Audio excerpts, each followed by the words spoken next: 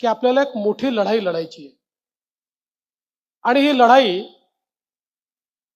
ड्रग्सच्या विरुद्धची आहे। कारण आपल्याला कल्पना आहे की आज आपला देश एक मजबूत देश म्हणून पुढे येतोय। जगातली 5वी सर्वात मोठी अर्थव्यवस्था ही भारताची अर्थव्यवस्था झाली आहे। माननीय मोदीजींच्या नेतृत्वात एक बलशाली भारत आपण बघतोय की ज्या भारताकडे वाकडी नजर करून बघण्याची हिम्मत कोणी करत नाही।